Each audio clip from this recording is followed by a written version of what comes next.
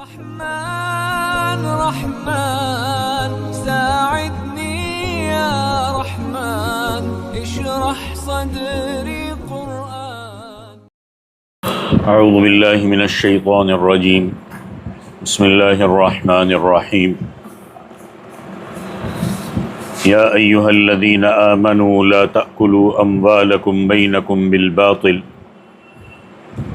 الا ان تکون تجارة عن تراض منکم ولا تقتلوا انفسکم ان اللہ کان بکم رحیما ومن يفعل ذلك عدوانا وظلما فسوف نصليه نارا وكان ذلك على الله يسيرا صدق اللہ العظیم۔ سورۃ النساء آیت نمبر 29 اور آیت نمبر 30 تلاوت کی ہے۔ جیسا کہ سورہ نساء کے شروع میں یہ عرض کیا گیا تھا کہ اس سورت کا اکثر حصہ مسلمان معاشرے کی، مسلمان سوسائٹی کی اصلاح کے احکام پر مشتمل ہے، اور جو چیزیں سوسائٹی کی فضا کو مقدر کرتی ہے یا سوسائٹی میں فتنہ اور فساد پھیلاتی ہے، اس صورت میں ان سے بچنے کی تلقین فرمائی گئی ہے۔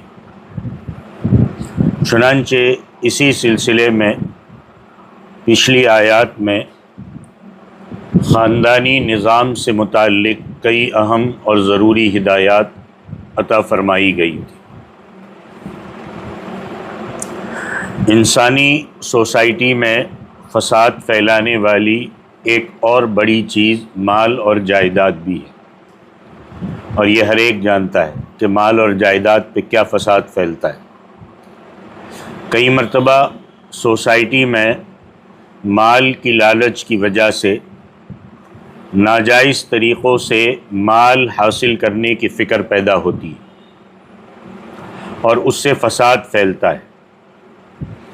اسی لیے اللہ تبارک و تعالیٰ نے یہاں اب دوسرا حکم مال سے متعلق عطا فرمایا ہے، اور ایک عمومی اصطلاح استعمال کرتے ہوئے اللہ تعالیٰ نے فرمایا یا ایہا الذین آمنوا لا تأکلوا اموالکم بینکم بالباطل، کہ اے ایمان والو آپس میں ایک دوسرے کا مال ناحق طریقے سے نہ کھاؤ۔ یہاں پر ایک دوسرے کا مال کھانے کے لیے بالباطل کا لفظ استعمال کیا گیا ہے، جس کا مطلب ہے ناحق طریقے سے۔ یہ بہت عام لفظ ہے، اور کسی مال کو ناحق طریقے سے، ناجائز طریقے سے حاصل کرنے کی جتنی صورتیں ہو سکتی ہے وہ ساری کی ساری اس لفظ کے اندر آ گئی۔ اس آیت میں پہلی بات تو یہ توجہ کرنے کے قابل ہے کہ اگرچہ یہاں ناجائز مال کی ممانعت بیان کرنے کے لیے لا تأکلوا کا لفظ استعمال کیا گیا، جس کے لفظی معنی ہے مت کھاؤ، لیکن عام محاورے کے اعتبار سے اس کا مفہوم یہ ہے کہ کسی دوسرے کے مال میں ناحق طور پر کسی قسم کی دخل اندازی مت کرو، چاہے وہ کھانے پینے سے متعلق ہو یا استعمال کرنے سے متعلق ہو یا کسی کی کوئی چیز لینے سے متعلق ہو۔ آپ دیکھو مال عام طور پر چاہے جائیداد ہو کچھ بھی، وہ آدمی کھاتا نہیں ہے، لیکن کیا کہتے ہیں لوگ کہ وہ کھا گیا۔ تو عرف عام میں کسی کے مال کو ناحق استعمال کرنے کو یا کسی کے مال اور جائیداد کو کھانا ہی بولا جاتا ہے، اسی لیے یہ تعبیر اختیار کی گئی کہ مت کھاؤ۔ دوسری بات یہاں پر اللہ تعالیٰ نے یہ فرمائی کہ لا تأکلوا اموالکم بینکم، کہ اپنے مال آپس میں مت کھاؤ۔ بظاہر اس کے معنی یہ سمجھ میں آتے ہیں کہ آدمی خود اپنا مال نہ کھائے، لیکن حقیقت میں محاورے کے لحاظ سے مراد یہ ہے کہ آپس میں ایک دوسرے کے مال کو ناحق طریقے سے مت کھاؤ۔ اموالکم یعنی اپنے مال کہنے میں اشارہ اس طرف ہے کہ اگر تم نے کسی کا دوسرے کا مال ناجائز طریقے سے کھا لیا یا اس پر ناجائز طریقے سے قبضہ جما لیا تو حقیقت میں وہ پورے معاشرے میں انجام کار وہ مال تمہارا ہی ہے اور تمہارا ہی نقصان ہے، کیونکہ مال جو ہوتا ہے وہ پوری سوسائٹی کی ضروریات کو پورا کرنے کا ایک ذریعہ ہوتا ہے، لہذا سوسائٹی کے ایک فرد کے حیثیت سے وہ تمہارا ہی مال ہے اور تمہیں دوسرے کے مال کی ویسی ہی حفاظت کرنی چاہیے جیسے اپنے مال کی حفاظت کرتے ہو۔ جیسے آپ چاہتے ہو کہ میرا مال کوئی نہیں کھائے، میرے مال کو غلط طریقے سے کوئی نہ لے، ویسے ہی دوسرے کے مال کو تم غلط طریقے سے نہ کھاؤ اور نہ استعمال کرو۔ آیت کے اس جملے کی ایک اور تشریح سورہ بقرہ میں گزر چکی ہے کہ وَلَا تَأْكُلُوا أَمْوَالَكُمْ بَيْنَكُمْ بِالْبَاطِلِ، یہ سورہ بقرہ میں گزر چکا ہے۔ تیسری بات یہ کہ یہاں پر اللہ تعالیٰ نے فرمایا کہ آپس میں ایک دوسرے کے مال باطل یعنی ناحق طریقے سے نہ کھاؤ۔ اب ناحق طریقے سے کھانے میں ہر وہ طریقہ داخل ہے جس کی شریعت نے اجازت نہیں دی۔ اب اس کی کیا کیا صورتیں ہو سکتی ہے وہ قرآن کریم نے بعض دوسری آیتوں میں بیان فرمائی۔ مثلا سود کھانا، آپ کہتے ہیں میں تو اپنا مال رکھ رہا ہوں وہ مل رہا ہے، لیکن وہ سود آپ کو کیسے مل رہا ہے؟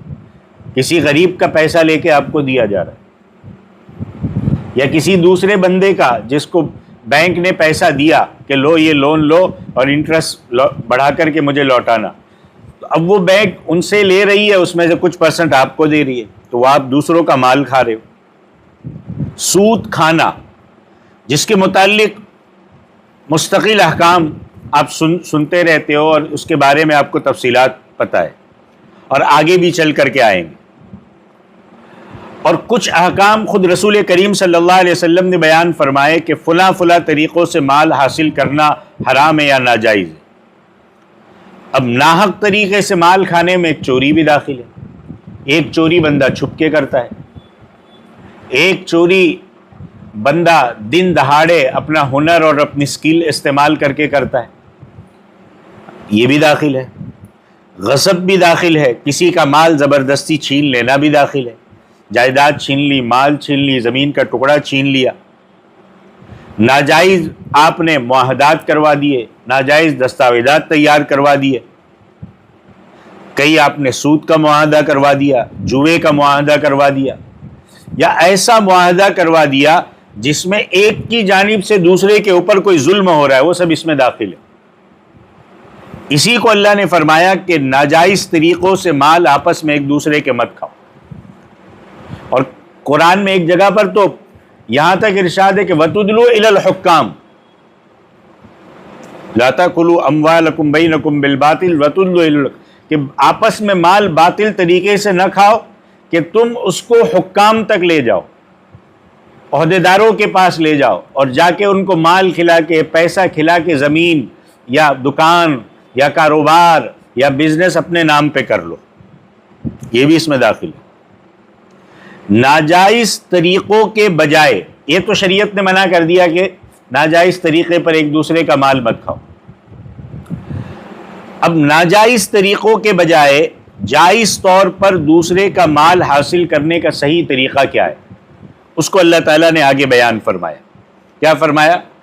إِلَّا أَن تَكُونَ تِجَارَةً عَن تَرَاضٍ مِّنكُمْ، اللہ کہتے اللہ یہ کہ مگر یہ کہ کوئی تجارت آپسی رضامندی سے وجود میں آئی ہو، یعنی کسی معاملے کے جائز ہونے کے لیے اس آیت میں دو شرطیں ذکر فرمائی۔ ایک تو یہ کہ وہ مال تجارت اور بزنس کے ذریعے سے حاصل کیا گیا، ایک دوسرا یہ کہ وہ آپسی رضامندی سے حاصل کیا گیا۔ پہلی شرط کیا ہے؟ تجارت۔ اس کا مطلب کیا ہے کہ وہ معاملہ تجارت ہونا ضروری ہے، لہذا جو چیز تجارت نہیں ہے وہ جائز نہیں ہے، چاہے آپسی رضامندی سے کیوں نہ ہو۔ مثلا دو لوگ آپسی رضامندی سے جوا کھیل رہے، ہم تو رضامندی سے کھیل رہے، ہم تو پیسہ کما رہے، ہم تو پیسہ لگا رہے. یہ تجارت نہیں ہے، یہ بزنس نہیں. آپسی رضامندی سے جوا کھیل رہے، اور دونوں اس بات پر راضی ہے کہ جو جیتے گا اسے اتنا ملے گا اور جو ہارے گا اسے یہ دینا پڑے گا. اس میں آپسی رضامندی تو ہے لیکن تجارت نہیں ہے. کیونکہ تجارت وہ ہوتی ہے جس میں آپسی رضامندی سے کسی قیمت رکھنے والی چیز کا لین دین ہو رہا ہو. یعنی ایک طرف سے ایک چیز دی جا رہی ہو اور دوسری طرف اس کے بدلے میں دوسری چیز لی جا رہی ہو کہ دیکھو میں تم کو چیز بیچ رہا ہوں، اس کی تم کو مجھے اتنی قیمت دینی ہے. یہ ہے. اب جوئے میں وہ چیز نہیں ہے، تو وہ رضامندی تو ہے لیکن بزنس نہیں. بس سیدھا کوئی چیز جوا کھیلنے بیٹھ گئے، جو جیتے گا اس کو دینا پڑے گا اتنا اور جو ہارے گا اس کو اتنا دینا پڑے گا. لہذا جو چیز تجارت پر مشتمل نہ ہو وہ تجارت کہلانے کے مستحق نہیں. آپسی رضامندی سے ایک چیز بیچی، دوسرے نے قیمت پہ لی، ایسی نہ ہو تو وہ تجارت کہلانے کے مستحق نہیں ہے. اب سود لے لو، اس میں ایسا ہوتا ہے؟ نہیں ہوتا ہے کہ آپ پیسے دیتے ہو، لوٹا کے آپ کو بڑھا کے پیسے واپس ملتے، تو چیز کے بدلے میں لین دین تو ہوا نہیں. تو سود ہے، جوا ہے، سٹا ہے. اور آج کل تو بہت آسانی ہو گئی، ایپ ایسے آ گئے کہ بیٹھے بیٹھے نوجوان جوئے کھیل رہے اور ان کو حرام نہیں سمجھ رہے. سود، جوا، سٹا چاہے آپسی رضامندی سے ہو تب بھی یہ تجارت میں نہیں آتے بلکہ باطل صورتوں میں داخل ہے. اس سے معلوم ہوا کہ کسی معاملے کے صحیح ہونے کے لیے صرف آپس کا راضی ہونا کافی نہیں ہے جب تک باقاعدہ تجارت نہ ہو. تجارت میں خریدنا اور بیچنا بھی داخل ہے، کوئی چیز کرائے پر دینا یا لینا بھی داخل ہے، اور ہر وہ معاملہ داخل ہے جس کی شریعت نے اجازت دی ہے. اب آپ کرائے پہ کوئی چیز لیتے ہو دیتے ہو تو مہینے بھر استعمال کرتے ہو، پھر کرایہ ملتا ہے. اب اس میں آپ ہیوی کو لے لو، پورے سال آپ نے دیا اور واپس میں اتنے ہی پیسے ریٹرن لے لیے، تو جو رہا سال بھر میں یا 2 سال یا 3 سال یا 4 سال یا 5 سال وہ کیا، وہ تو مفت میں رہا. وہ بھی ایک قسم کا بیاج ہے، وہ بھی ایک قسم کا سود ہے.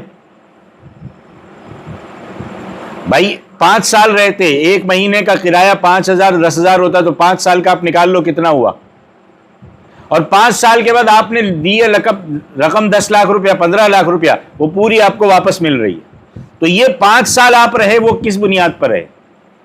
وہ جو 5,000 10,000 وہ ایک قسم کا سود ہو گیا. جیسے آپ کو آپ نے بینک میں 1 لاکھ روپے رکھے، بینک نے آپ کو 1,10,000 لوٹائے، ایک اندازہ بتا رہا ہوں. تو بالکل ایسے ہی آپ 5 سال رہے، آپ نے 10 لاکھ بینک میں رکھے، آپ نے بینک نے آپ کو 5 سال تک رہنے کے لیے اجازت دی سود کے طور پر. یہ ہے. تو ہر وہ معاملہ داخل ہے جس کی شریعت نے تجارت میں اجازت دی ہے. سود ہے، جوا ہے، سٹا ہے، اس کی اجازت نہیں ہے. ہم سمجھا کے تھک گئے ہیوی پہ جائز نہیں ہے، لیکن لوگ مانتے ہی نہیں ہیں. بھائی کوئی چیز بندہ رہ رہا ہے تو اس کی کوئی قیمت تو ہونی چاہیے نا، کرایہ تو ہونا چاہیے. یا کرایہ ہی نہیں ہے، پورا 5 سال رہنے کے بعد ریٹرن مل رہا ہے اور وہ حرام پہ پورا 5 سال رہ رہا ہے، پورا 10 سال رہ رہا ہے. ناجائز چیزوں میں یہ چیزیں آتی ہیں، ایک قسم کا سود ہے. لوگ سمجھتے ہی نہیں ہیں، بس ہمیں کرایہ نہ دینا پڑے. اب جس نے مکان مالک نے ایک بار لے لیا وہ تو خرچہ کر کے ہٹا دے گا. اب وہ جب وہ خالی کرنے کے لیے بولے گا بھائی مجھے میری قیمت واپس کرو، تو وہ دوسرا کرایہ دار ڈھونڈے گا. وہ جب تک پیسہ نہیں دے گا 10 لاکھ روپیہ یا 15 لاکھ روپیہ تب تک وہ اس کو دے گا نہیں. تو یہ حرام کی صورت ہے، یہ جائز نہیں ہے. کوئی آپ کو یہ کہہ دے کہ بھائی آپ کرائے پہ رکھ لو اور 500 روپے کرایہ لے لینا یا 200 روپے کرایہ دے دینا جائز ہو جائے گا، کسی شکل میں جائز نہیں. یہ بہت اچھے سے ذہن میں رکھ لو. 200 روپیہ یہاں آپ لوگ رہ رہے 10,000 کرائے پہ، آپ دے رہے ہو 200 روپیہ، کیا بنتا ہے کرایہ؟ تو پہلی شرط یہ کہ اس چیز کے جائز ہونے کی تجارت کا ہونا ضروری ہے. دوسری شرط یہ کہ آپس کے لین دین کا معاملہ آپسی رضامندی سے ہو. اگر بیچنے والے کی رضامندی نہ پائی جا رہی ہو یہ بھی غور سے سنیے گا، اور کسی نے شرما شرمی میں یا کسی کے دباؤ میں آ کر خرید و فروخت یا تجارت کر لی، اور وہ دل سے اس بات پر راضی نہیں ہوگا کہ میں یہ چیز دوسروں کو بیچوں، لیکن کسی کے دباؤ میں آ کر بیچ دیا. جیسے کوئی شخص سر پر آ کے سوار ہو گیا کہ مجھے یہ چیز کم قیمت پر دو. اب وہ جس قیمت پر مانگ رہا ہے اتنی قیمت پر اس کا دل دینے کے لیے تیار نہیں ہے، لیکن چونکہ کوئی غنڈہ قسم کا بندہ ہے یا کوئی اس طریقے کا بندہ ہے کہ نہیں دوں گا، یا کوئی رشتہ دار ایسا ہے کہ نہیں دوں گا تو کیا ہو جائے گا، لعن طعن کرے گا، بدنام کر دے گا، یا غنڈہ قسم کا ہے کوئی تکلیف پہنچائے گا، وہ سوچا کہ بلا مسلط ہو گئی ہے، ٹال دو، کم قیمت پر دے دیتا ہوں. اس کی رضامندی نہیں پائی گئی. بعض مرتبہ لوگ دکاندار کے پیچھے اتنے پڑتے ہیں کہ وہ بیچارہ مجبور ہے لے جا بھائی جا، یہ رضامندی نہیں ہوتی. اور جب حقیقی رضامندی نہیں پائی جاتی تو پھر وہ چاہے تجارت ہی کیوں نہیں وہ بھی جائز نہیں ہے. تو تجارت کے لیے آپسی معاملات کے صحیح ہونے کے لیے دو چیزیں، ایک تو تجارت ہو اور وہ تجارت آپسی رضامندی سے ہو، کوئی دباؤ نہ ہو. اسی لیے فقہا نے فرمایا کہ کسی پر زبردستی کر کے یا اس کی مجبوری کا ناجائز فائدہ اٹھا کر اگر بازاری قیمت سے کم پر کوئی چیز خرید لی جائے تو وہ مکروہ ہے، کیونکہ حقیقت میں وہ خریداری آپسی رضامندی سے نہیں ہوئی، اس لیے وہ تجارت کے ہونے کے باوجود ناجائز ہے. اسی سے یہ بات معلوم ہوئی کہ بعض مرتبہ لوگ خریداری کرنے کے وقت قیمت کم کرانے کے لیے کسی بیچنے والے پر اتنا دباؤ ڈالتے ہیں کہ جس سے وہ پریشان ہو کر وہ چیز دے دیتا ہے، جبکہ اندر سے اس کا دل نہیں چاہ رہا ہے. اسی طرح کرنا کسی کے لیے جائز نہیں ہے. اللہ کے نبی صلی اللہ علیہ وسلم نے ارشاد فرمایا، مسند احمد کی روایت ہے کہ کسی مسلمان کا مال حلال نہیں ہوتا جب تک کہ اس کی خوش دلی سے نہ ہو. یہاں اس حدیث کے ماتحت میں ایک چیز اور کہہ دوں، کتنے لوگ چاہے محرم کے نام پہ ہو، چاہے اور کوئی فیسٹیول کے نام پہ ہو، اور کتنے لوگ ڈبے لے کے دکانوں گھومتے ہیں یا رسیدیں لے کے گھومتے. اب چونکہ ان کو مارکیٹ میں رہنا ہوتا ہے تو وہ مجبوری میں اٹھا کے دے دیتے، لے بھائی، یا گھر والا دے دیتا ہے. وہ خوش دلی سے، کتنے جو بعد میں کہتے کہ ہم نہیں دینا چاہتے، لیکن کیا کرے، پیچھے پڑ جاتے، دینا پڑتا ہے، نہیں تو پریشان کریں گے. تو ایسا چندہ بھی جو بندہ خوش دلی سے نہ دے لینا جائز نہیں ہے، یہ بھی ذہن میں رکھو، بالکل جائز نہیں. بندہ زبردستی دے دیتا ہے کہ کیا کرو، یہ ہر سال آتے ہیں، دینا پڑتا ہے، نہیں دیں گے تو ٹارگیٹ کریں گے، یہ کریں گے، یہ جائز نہیں ہے اس طریقے سے لینا بھی، جب تک وہ خوش دلی سے نہ دے. اب آئیے آگے چلیے. پچھلے جملے میں مالی حقوق کا بیان ہوا، ان کی حفاظت کا بیان. اب آیت کے اگلے جملے میں انسان کے جانی حقوق کی حفاظت کی بات کی گئی. اچھا، میں اس میں یہ کہہ دوں کہ وہ جو محرم کے نام پہ جمع کر رہے ہیں وہ جائز ہے یا نہیں ہے، میں اس پہ بات نہیں کر رہا ہوں، وہ آپ سب لوگ جانتے ہیں. وہ محرم کے لیے کیا کر رہے ہیں، کس لیے کر رہے ہیں، وہ چیزیں صحیح ہے نہیں ہے، میں اس کو کچھ بات نہیں کر رہا. لیکن جو مال زبردستی لے رہے وہ کسی صورت میں جائز نہیں ہے لینا. چنانچہ آگے اللہ تعالیٰ نے فرمایا کہ وَلَا تَقْتُلُوا أَنفُسَكُمْ. یہ جملہ بہت مختصر سا ہے اور اس کے اصل معنی یہ ہے کہ تم ایک دوسرے کو قتل نہ کرو. لیکن یہاں بھی وہی بات ہے جو پیچھے اللہ نے فرمائی کہ لَا تَأْكُلُوا أَمْوَالَكُمْ بَيْنَكُمْ میں بیان کی گئی تھی، کہ وہاں پر ایک دوسرے کا مال کھانے کی ممانعت کرنے کے لیے اپنے مال کا لفظ کہا گیا تھا. اسی طرح یہاں قتل کی ممانعت کرنے کے لیے کیا کہا گیا، وَلَا تَقْتُلُوا أَنفُسَكُمْ، جس کا ظاہری معنی کیا بنتا ہے کہ تم اپنے آپ کو قتل نہ کرو.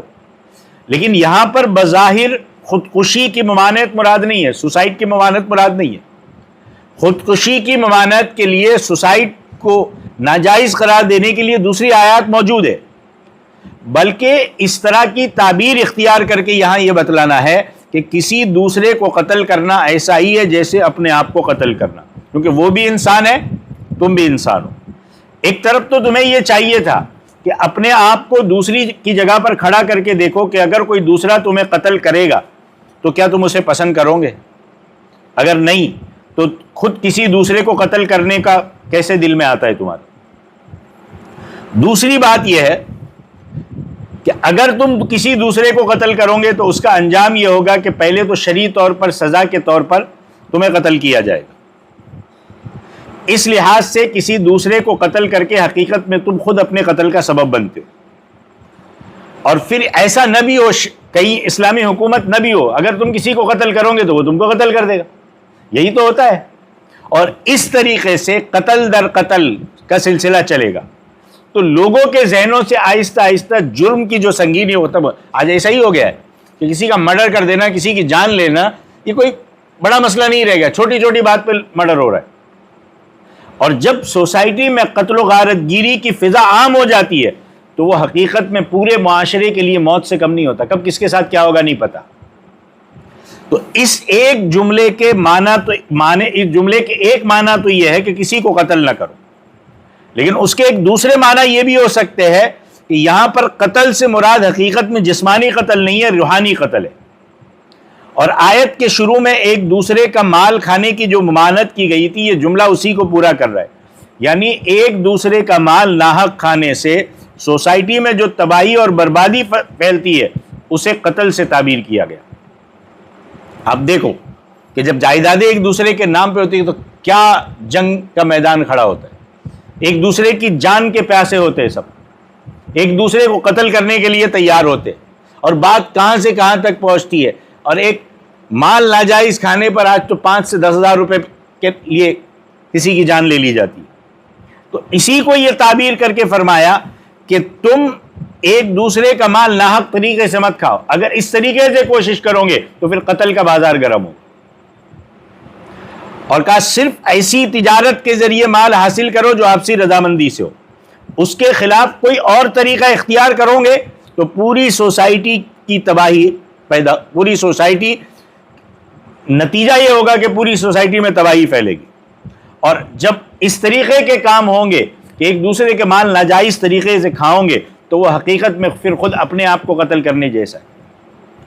جیسے اگر سود کا لین دین عام ہو جائے تو اس کے برے نتیجے صرف 2 لوگوں تک محدود نہیں رہتے، بلکہ اس کے برے نتیجے پوری سوسائٹی کو بھگتنے پڑتے. آج جو یہ غریبی بڑھتی جا رہی ہے اور مالدار سے مالدار ہوتا جا رہا ہے، غریب سے غریب، یہ سودی لین دین کی وجہ سے سب کچھ عام ہو رہا ہے اور اس کا نتیجہ پوری سوسائٹی پہ پڑتا جا رہا ہے. سود سے معاشرے میں جو فساد پھیلتا ہے اور سود سے اکانومی کو جو نقصان پہنچتا ہے وہ بیان سے باہر ہے. یہ سودی کاروبار ہے. بہت سے اکانومی کے ماہرین اس بات کے قائل ہے کہ جو اس وقت اکانومی ڈگمگائی ہوئی ہے اور اکانومی کو جو نقصانات ہے اور کاروبار کے جو حالات ہے اور روپیہ جو گر رہا ہے، اس کا جو ایک سیلاب ہے، جو اس کی بہت بڑی وجہ اور بھی ہو سکتی ہے، لیکن اس کی ایک بہت بڑی وجہ یہ سود کی وجہ سے معاشرے میں یہ بڑھتا چلا جا رہا ہے. اب غریب کمزور ہے، کہیں سے لون اٹھا رہا ہے، کہیں سے کیا کر رہا ہے. اب اس کے منہ میں اسلام تو کیا کہتا ہے؟ کوئی پریشان حال ہے تو اس کی مدد کرو، اس کو قرضہ دو، اور پھر قرضہ دینے کے لیے اس کو پوری چھوٹ دے رکھو جب جائے دو. آج کی دنیا کیا کر رہی ہے کہ اس کو قرضہ تو دو، اس کو لبھاؤ، لیکن ایک تو پہلے سے وہ غریب ہے، اس کو 100 روپے کی ضرورت ہے.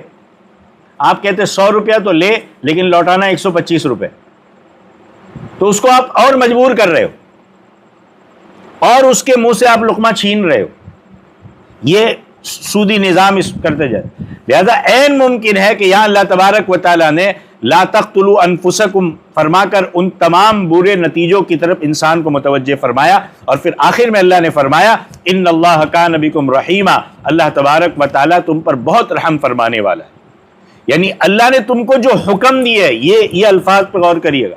اللہ نے جو حکم دیے، چاہے وہ حکم مال اور اولاد سے متعلق ہو، چاہے وہ نکاح سے متعلق ہو، اس کا مقصد سوائے انسانیت پر رحم کرنے کے اور کچھ نہیں ہے. کیونکہ جس خدا نے پیدا کیا وہ بہتر جانتا ہے کہ ان کے لیے کیا صحیح ہے اور کیا غلط ہے. دنیا میں جو انسان ہے وہ نہیں جانتا. آج کل لوگ ہیومن رائٹس کی طرف بھاگ رہے.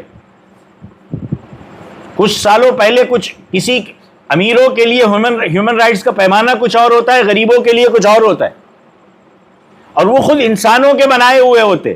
اپنے فائدے کے مطابق ہیومن رائٹس بنتے اور اسی کے مطابق فیصلے ہوتے. غریبوں کے لیے، عام لوگوں کے لیے اس میں کچھ بھی نہیں ہوتا.